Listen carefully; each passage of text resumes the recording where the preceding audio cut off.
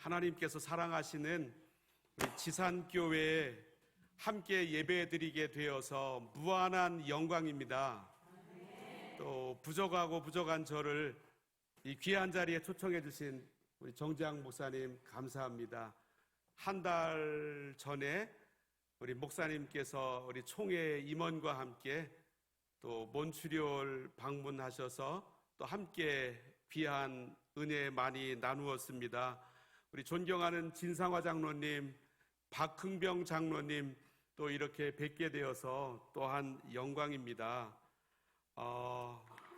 1976년 가을에 제가 유한공고를 다니고 있었는데 2학년 때였습니다.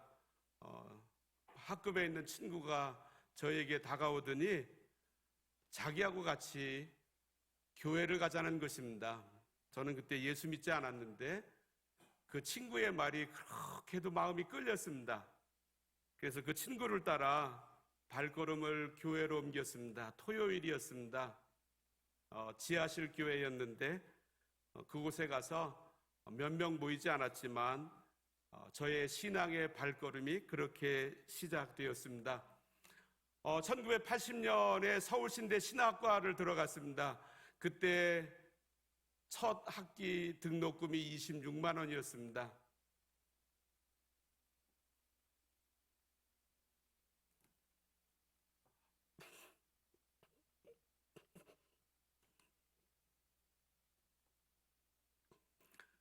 그 학비를 준비할 수가 없었는데 교회에서 10만 원을 지원해 주셨습니다. 그래서 제가 그때 첫 학기를 등록하고 학교 공부를 시작할 수 있었습니다. 저를 배출해 주신 예수 믿고 세례받고 그리고 제가 신학대학을 갈 수 있도록 추천해 주시고 그리고 이렇게 지원해 주시고 기도해 주신 교회에 이렇게 와서 또 예배 드릴 수 있게 돼서 영광이고요. 저는 한없이 부족하고 부족한데 또 미주 성결교회 총회장이 되어서 또 그 첫 주 총회장이 되고 난 첫 주일 예배를 이곳에서 드리게 된데도 하나님의 뜻이 계신 줄로 믿습니다. 그래서 또한 감격스럽고 감격스럽습니다. 저는 목회자이기 때문에 교회의 여러 가지 일들을 결정해야 될 때가 참으로 많습니다. 예를 들어보면 저희 교회는 불어권 아프리카 선교에 초점을 맞추는데 선교사님한테 연락이 왔습니다. 목사님, 어느 교회에 지붕을 해야 되는데 3만 불을 헌금해 주십시오. 한 3천만 원 정도 됩니다. 자, 이거를 헌금해야 되는데 우리 교우들 주머니를 생각하고 이걸 어떻게 해야 되는가 마음속에 고민될 때 많습니다. 어떻게 선택해야 될까? 목회자가 결정하면 교우들이 감당해 주셔야 되지 않습니까? 그래서 이렇게 해야 될지 저렇게 해야 될지. 그래서 저는 종종 이런 상상을 하게 됩니다. 내가 잠을 자는 사이에 하나님께서 나타나셔서 벽에다가 내가 알고 싶어하는 모든 것들을 자세히 기록해 주시면 얼마나 좋을까? 만약에 하나님께서 그렇게 해주신다면 선택하는 일들이 얼마나 쉽겠습니까? 아침에 일어나서 그 벽을 보고 하나님 알겠습니다 하면 되기 때문입니다. 그런데 하나님은 그렇게 하지 않으십니다. 대신에 하나님의 뜻을 분별할 수 있는 지혜를 주십니다. 제가 신앙생활 해보니까 적어도 3가지의 빛이 있습니다. 하나는 내면의 확신입니다. 내가 이 길을 가야 될지 저 길을 가야 될지 기도합니다. 물론 방황합니다. 그런 방황 속에서 기도한 다음에 평화가 깃드는가, 이것이 하나님께서 인도하심의 여부를 판단할 수 있는 첫 번째 기준입니다. 기도하고 기다림 속에서 내 안에 평화가 있게 되면 내가 제 길로 가고 있구나 확신하게 됩니다. 그러면 하나님의 원하시는 길을 걸어간다고 확신할 수 있습니다. 에릭 리들이라고 하는 육상 선수가 있었는데 영국 출신입니다. 1924년 파리 올림픽에서 400m 세계 신기록 금메달 그리고 200m 은메달을 땄습니다. 그의 일대기를 그린 영화 불의 전차라고 있는데 거기에 나오는 내용입니다. 에딘버러 대학교에 다니면서 달리기 연습을 쭉 하고 있었습니다. 여동생이 제니라고 하는데 옆에서 물어봅니다. 오빠는 왜 그렇게 열심히 뛰어? 할 일도 많은데 왜 열심히 뛰어? 그랬더니 이 에릭이 동생한테 말합니다. 나는 뛸 때 내 안에서 하나님의 기쁨을 느껴. 어떤 일을 할 때 뼛속으로부터 나오는 기쁨이 있습니다. 누구를 만날 때 하나님의 기쁨이 주어집니다. 영혼을 흔드는 기쁨입니다. 그 길이 하나님께서 원하시는 뜻입니다. 이것이 바로 하나님께서 우리들에게 뜻을 분별해 주시는 첫 번째 모습입니다. 두 번째로는 외적인 확신입니다. 어떤 전도사님이 여중학생에게 이렇게 야단쳤습니다. 얘야, 왜 이렇게 배꼽티를 입고 교회 나오냐? 주일만큼은 그것 입지 않고 나오면 참 좋겠다. 이랬더니 이 여학생이 전도사님에게 항변을 했다고 합니다. 전도사님, 성경에도 그렇게 나와 있지 않습니까? 하나님은 중심을 보신다고. 그런데 이 여중생뿐만 아니라 내 생각을 가지고 하나님의 뜻이라고 궤변을 늘어놓을 수도 있습니다. 이것을 막기 위하여 두 번째 빛이 필요합니다. 이것은 외적인 확신입니다. 이것은 다른 사람들로부터, 동료로부터, 특별히 신앙 공동체인 교회로부터 나에게 주어지는 확신입니다. 미국인 로버트 벤슨이라고 하는 분이 이런 말씀을 하셨는데, 하나님이 우리에게 뭔가 새로운 것을 말씀하실 때 보통은 다른 사람의 입을 통하여 그것을 말씀하신다. 나는 그것이 하나님에게는 훨씬 더 현명한 방법이라고 생각한다. 우리가 의식하든 못하든 인정하고 싶든 그렇지 않든 엄연한 사실이다. 그럼에도 불구하고 평범한 일상 속에서 사람들과 자연스럽게 듣고 말하는 것을 통해 하나님이 말씀하신다는 사실을 선뜻 인정하려 들지 않는다. 토머스 멀튼이라고 하는 분 계셨는데 이분이 이렇게 말을 했습니다. 먼저 공동체 속에서 하나님을 발견하라. 그러면 하나님이 당신을 홀로 있는 곳으로 인도하실 것이다. 저희 교회도 코로나 기간을 통과하며 무척 어려웠습니다. 정부에서 경찰도 나오고 예배드리지 못하도록 다 막아놓고 다른 집 방문하면 벌금 내린다고 하고 아주 여러 차례 그렇게 했습니다. 그러는 가운데 온라인으로 예배를 드리는 모습이 이제 보편화되었습니다. 그래서 나도 개인적으로 하나님을 만나면 된다. 이런 생각을 하는 분들이 많이 생겼습니다. 그런데 이 토머스 멀튼은 말합니다. 먼저 공동체 속에서 하나님을 발견하라. 그러면 하나님이 당신을 홀로 있을 곳으로 인도하실 것이다. 공동체 속에서 하나님을 만나는 게 먼저라고 하는 것입니다. 자, 내적인 확신, 그리고 내가 속한 공동체를 통하여 또 확인시켜 주시는 말씀. 세 번째의 또 하나의 기준은 빛은 자연적인 흐름입니다. 이 하나님의 뜻이 계시다면 순리대로 이렇게 흘러갑니다. 내 뜻은 사각형입니다. 이에 반해 우리 하나님의 뜻은 원형입니다. 동그라미입니다. 이때 내 사각형에다 원형을 맞추려고 하면 할수록 삐그덕거립니다. 그것은 하나님의 뜻이라고 하기가 어렵습니다. 하나님의 뜻은 삐걱대지 않습니다. 순조롭게 진행되는 모습 속에 하나님의 뜻이 있습니다. 우리가 기도를 열심히 하는데 하나님께서 문을 닫으실 때가 있습니다. 이 닫힌 것도 하나님의 뜻입니다. 하나가 닫히면 또 다른 문이 열리게 됩니다. 그 열리게 되는 문으로 걸어가게 될 때 하나님께서 나에게 비춰주시는 세 번째 빛을 발견하게 됩니다. 오늘 읽은 성경에서 그 모습을 볼 수 있습니다. 오늘날 터키의 맨 남쪽 동쪽에 가보면 안디옥이라고 있습니다. 안디옥 교회입니다.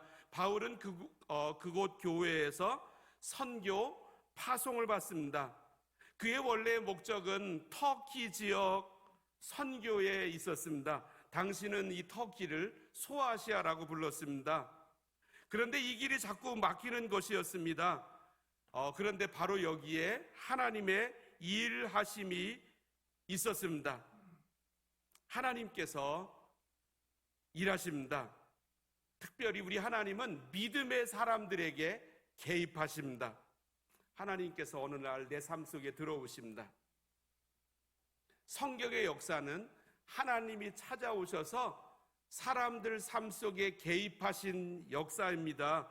바울은 아시아 선교를 원했는데 그에게 계속 길이 막혔습니다. 그러던 어느 날 그에게 환상이 보였습니다.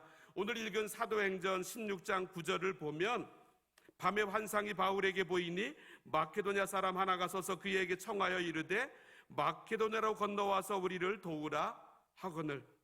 하나님께서 아시아 선교, 터키 선교를 막으시고 대신에 마케도니아 선교의 길을 여셨습니다. 하나님의 개입하심이었습니다. 성경을 보면 온통 하나님께서 사람들을 찾아가셔서 개입하신 일들을 볼 수 있습니다. 노아가 한 600살쯤 되었습니다. 하나님께서 그에게 나타나셔서 말씀하셨습니다.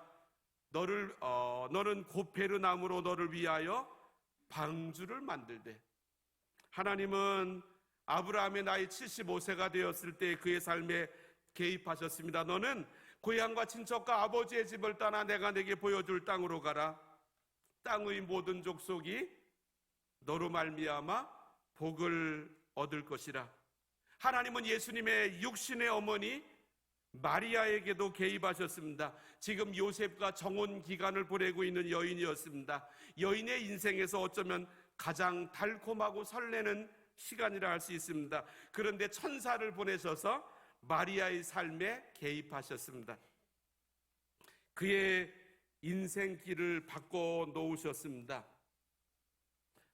성경의 역사는 하나님께서 우리 사람들의 삶에 찾아가셔서 개입하신 사건들로 가득 차 있습니다.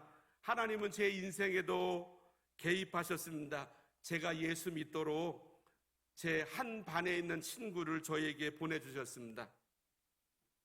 제가 캐나다에 올 수 있도록 사람을 보내주셨습니다. 그리고 저희 교회가 예배당에 건물을 구입하여 들어갈 수 있도록 개입하셨습니다. 저희는 예배당을 이제 서양교회당을 빌어서 오후에 예배를 드리고 있었습니다. 어느 날 새벽기도 인도하러 갔더니 이제 새벽기도를 예배당 빌려서 서양교회 예배당 빌려서 쓰고 있는데 이 예배당 강단 위에 천막 포장마차처럼 되어 있었고 6색깔 천막이 드리워져 있었습니다. 6색깔은 동성애자들, 동성애를 가리키는 사람들을 나타냅니다. 막 소름이 끼쳤습니다. 제가 그 줄을 끊어가지고 강단에서 새벽기도 인도하고 그리고 다 마친 다음에 복원시켰습니다. 제 교회당이 아니었기 때문이었습니다. 괴로움이 생겼습니다. 그런데 그것이 바로 새로운 예배당을 찾게 된 출발점이었습니다. 그렇게 시작하여 예배당을 구입하게 되었습니다. 하나님께서 내 인생에 개입하십니다. 나에게 사전 예약하지 않으시고 나에게 동의받지 아니하시고 어느 날 나에게 다가오십니다. 특별히 이 신앙은 이끌림 받는 모습으로 나타납니다. 바울은 어느 날 아시아 선교에 애를 쓰고 있었습니다. 마케도니아 사람 하나가 서서 그에게 또 손짓하는 모습으로 환상으로 나타났습니다. 그가 이 환상을 보았을 때 10절처럼 반응하게 되었습니다. 10절을 제가 읽어보면 바울이 그 환상을 보았을 때 우리가 곧 마게도냐로 떠나기를 힘쓰니 이는 하나님이 저 사람들에게 복음을 전하라고 우리를 부르신 줄로 인정함이러라. 그리고 곧이라고 하는 곧이라고 하는 말이 나오는데 이 곧이라고 하는 말은 즉시라고 하는 말입니다. 즉시. 이 바울은 마게도냐 환상을 보았을 때 즉시 떠났습니다. 신앙은 하나님 앞에 이끌림 받는 삶이기 때문입니다. 이 모습은 열매 맺는 모든 신앙인들에게 나타납니다. 예수님은 33년밖에 살지 않았지만 다 이루었다고 십자가상에서 마지막으로 말씀하셨습니다. 이렇게 말씀하실 수 있던 비결은 이끌림 받는 삶을 사셨기 때문입니다. 마태복음 4장을 보니까 그때 예수께서 성령에게 이끌리어 광야로 가사라고 말씀합니다. 예수님은 이끌림 받으셨습니다. 우리 젊은이들에게 많이 다루어지는 언어가 비전입니다. 비전이 얼마나 중요한지 한평생을 맹인으로 살았던 헬렌 켈러에게 이렇게 물어봤습니다. 맹인으로 산 삶보다 더 불행한 것은 무엇입니까? 시력은 있으나 비전이 없는 것이다 라고 말했습니다. 그런데 비전보다 더 중요한 것은 이끌림입니다. 사실 이 비전도 하나님에게 이끌림 받아서 나에게 생기는 것입니다. 내가 스스로 갖는 것은 비전이 아니라 야망입니다. 하나님은 야망의 복을 내리지 않으십니다. 비전의 복을 주십니다. 이 비전이란 하나님 앞에 이끌림 받는 것입니다. 그래서 하나님 앞에 이끌림 받는 것이 먼저입니다.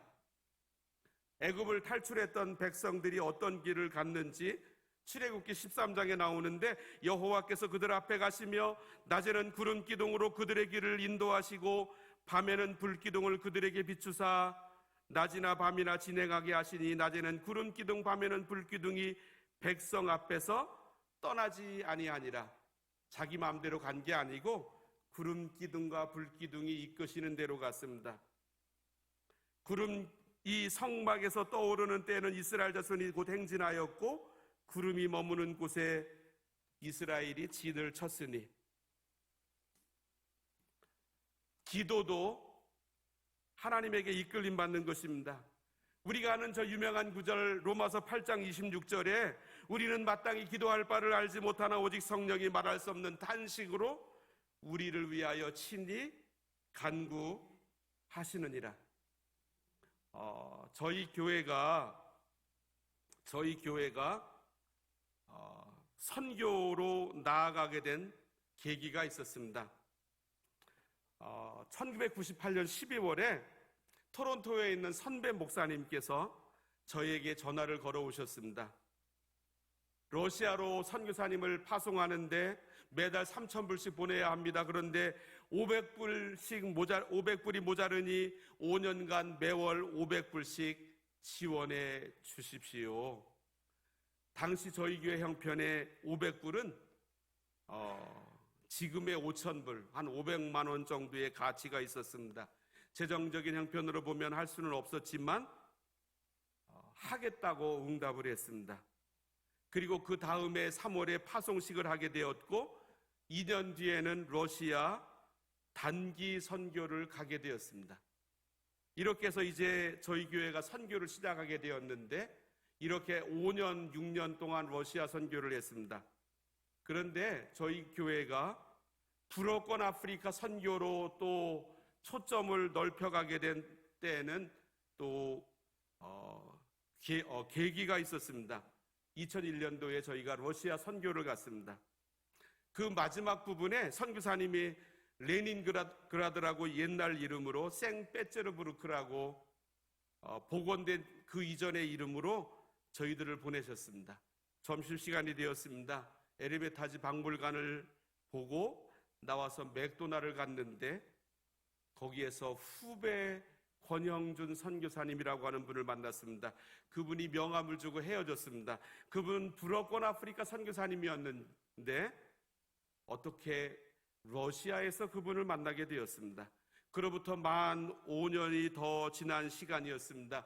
그분이 미국에서 전화가 왔습니다. 제가 커네티컷주에 있는 뉴 헤이븐 예일대학교 옆에 있는 OMSC라고 하는 선교단체로 안신년을 오게 되었다고 저에게 오고 싶다고 그랬습니다. 그래서 2006년 12월에 그분을 모시고 3일 동안 부흥회를 했는데 이틀은 한국말로 하고 세 번째 날에는 불어로 했습니다.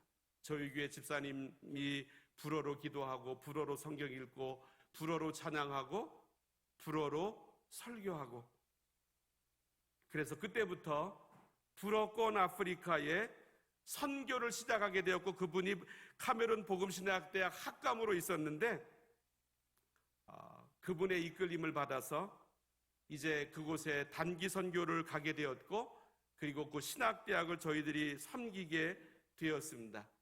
그리고 나서 또 한 가지 일이 저에게 주어졌습니다. 몬트리올에서 불어권 아프리카 선교대회가 열렸으면 좋겠다라고 하는 또 이야기였습니다. 여기에 응답을 했습니다. 그래서 2008년도에 몬트리올에서 불어권 아프리카 선교대회를 하게 되었습니다. 그때 이동희 목사님이라고 하는 전주 안디옥 교회 목사님이 이런 유명한 말씀을 하셨습니다. 저는 지금까지 도와달라고 하는 찾아온 선교사님이나 목사님들을 빈손으로 돌려보낸 적이 없습니다. 저는 이민교회 목회자인데 저에게도 도와달라고 하시는 목사님들, 선교사님들 많습니다. 그런데 그분들을 도와주지를 못했습니다. 그렇지만 이분은 찾아온 선교사님이나 목사님들을 빈손으로 돌려보내지 않았다는 것입니다. 저에 대해서 전혀 알지를 못한 분이 저의 연락을 받고 몬트리올에서 열린 불어권 아프리카 선교대회 강사로 오시게 된 데에는 바로 그분에게 이런 믿음이 있었기 때문입니다. 그 이유는 하나님께서 보내셨기 때문에 나를 찾아왔다라고 하는 이 믿음이 그에게 있었습니다. 그래서 이 믿음이 이분을 위대한 분으로 만들었습니다. 교회가 결정했다면 하나님이 결정하신 것입니다. 제가 미주 성결교회 재작년과 그 이전 해에 해외 선교위원장을 맡았습니다. 여러 가지 굵직한 일을 했습니다. 그런 가운데 당시에 총회장님 교회에서 총회장님이 저에게 전화를 주셨습니다. 본인 교회에서 장로님 한 분이 30만 불을 헌금하셨는데 선교센터를 짓고 싶다고. 그래서 제가 코트디부아르의 아비장을 소개해 드렸습니다. 그리고 나서 그분이 이제 한국에 있는 한우리 교회 또 목사님에게 말씀하셔서 그분의 교회 20만 불, 또 한우리 교회에서 20만 불, 이렇게 불어권 아프리카 아비장에 이렇게 선교센터를 짓도록 또 그분이 응답해 주셨습니다. 하나님이 저에게 주셨던 일들을 이렇게 나누었더니 그분께서도 이렇게 또 귀하게 선교센터 기공하는 열매로 응답을 해 주셨습니다. 하나님에게 이끌림 받으면 하나님의 열매가 우리들에게 나타납니다. 오늘 본문에서도 바울은 하나님의 인도하신 길로 나섰습니다. 무조건 갔습니다. 거기에 어떤 사람이 있어서 간 것도 아니었습니다. 빌립보에 도착했습니다. 놀랍게도 그곳에서 루디아라고 하는 여인을 만나게 되었습니다. 그가 바울 일행을 초청했습니다. 세례를 그 사람이 받았고 그의 가족도 받았고 자기의 넓은 집에 바울 일행을 머물도록 했고 숙소로 제공했고 그것을 예배당으로 사용했습니다. 바로 이것이 빌립보 교회의 시작이었습니다. 루디아의 집에서 시작한 교회는 빌립보 감옥의 간수의 가족과 함께 이제 교우들이 더 늘어나게 되었습니다.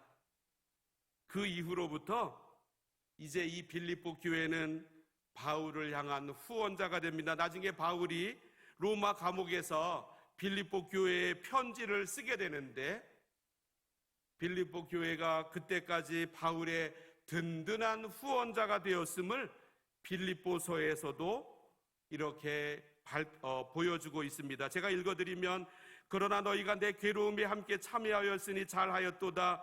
빌립보 사람들아, 너희도 알거니와 복음의 시초에 내가 마게도냐를 떠날 때 주고받는 데 일에 참여한 교회가 너희 외에 아무도 없었느니라.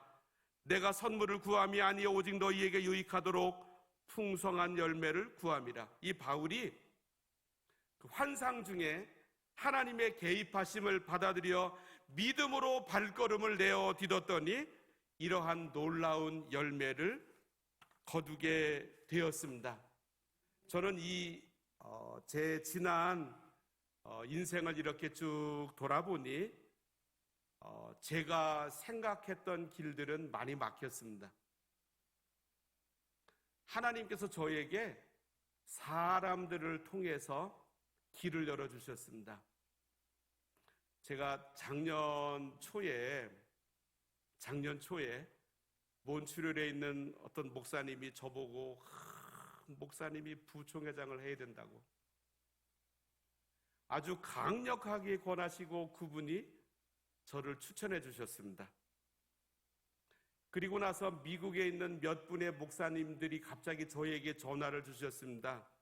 목사님이 이 일을 하셔야 됩니다. 그래서 저는 사실 브로큰 아프리카 선교만 하고 또 저희 교회 목회만 하고 여기에 집중하면서 별로 알려지지도 않은 사람이었는데, 하나님께서 그 사람들을 통해서 자꾸 저를 격려하시는 것이었습니다. 제가 이제 작년에 부총회장으로 이렇게 또 하게 될 때 제가 주저하니까 그분이 또 한 번 전화를 주셨습니다. 목사님, 하셔야 됩니다. 그래서 하나님께서 사람들을 통하여 저의 삶 속에 일하시는 지난 날들의 일들을 생각하며 믿음으로 발걸음을 내어 디뎠습니다. 그랬더니 하나님께서 저에게 열매를 거두게 하셨고, 또 50년차 총회의 총회장의 일도 감당할 수 있도록 하셨습니다. 지난 날들을 돌아보면 하나님께서 이끄시는 대로 제 인생의 길에 이렇게 이끌림 받았을 때 열매를 거둔 모습이 저에게는 너무나 많았습니다. 우리 지산교회에 우리 교회 우리 사랑하는 교우들도 우리 함께 우리 하나님이 이끄시는 대로 잘 이끌림 받아 나가실 때 하나님께서 많은 열매를 거두게 하실 줄로 믿습니다. 제가 기도하겠습니다. 하나님 아버지, 사랑하시고 세우신 놀라운 교회에 또 이렇게 함께 예배드릴 수 있는 길도 열어주심을 감사합니다. 참으로 하나님 사랑하시는 정지학 목사님 세워주셔서 감사합니다. 귀한 장로님, 권사님들, 집사님들 세워주셔서 감사합니다. 하나님이 보여주시는 길을 믿음으로 발걸음을 내어딛게 하시고 이 어두운 세상에 복음의 능력을 드러내는 아름다운 교회 되게 하옵소서. 예수님 이름으로 기도합니다. 아멘.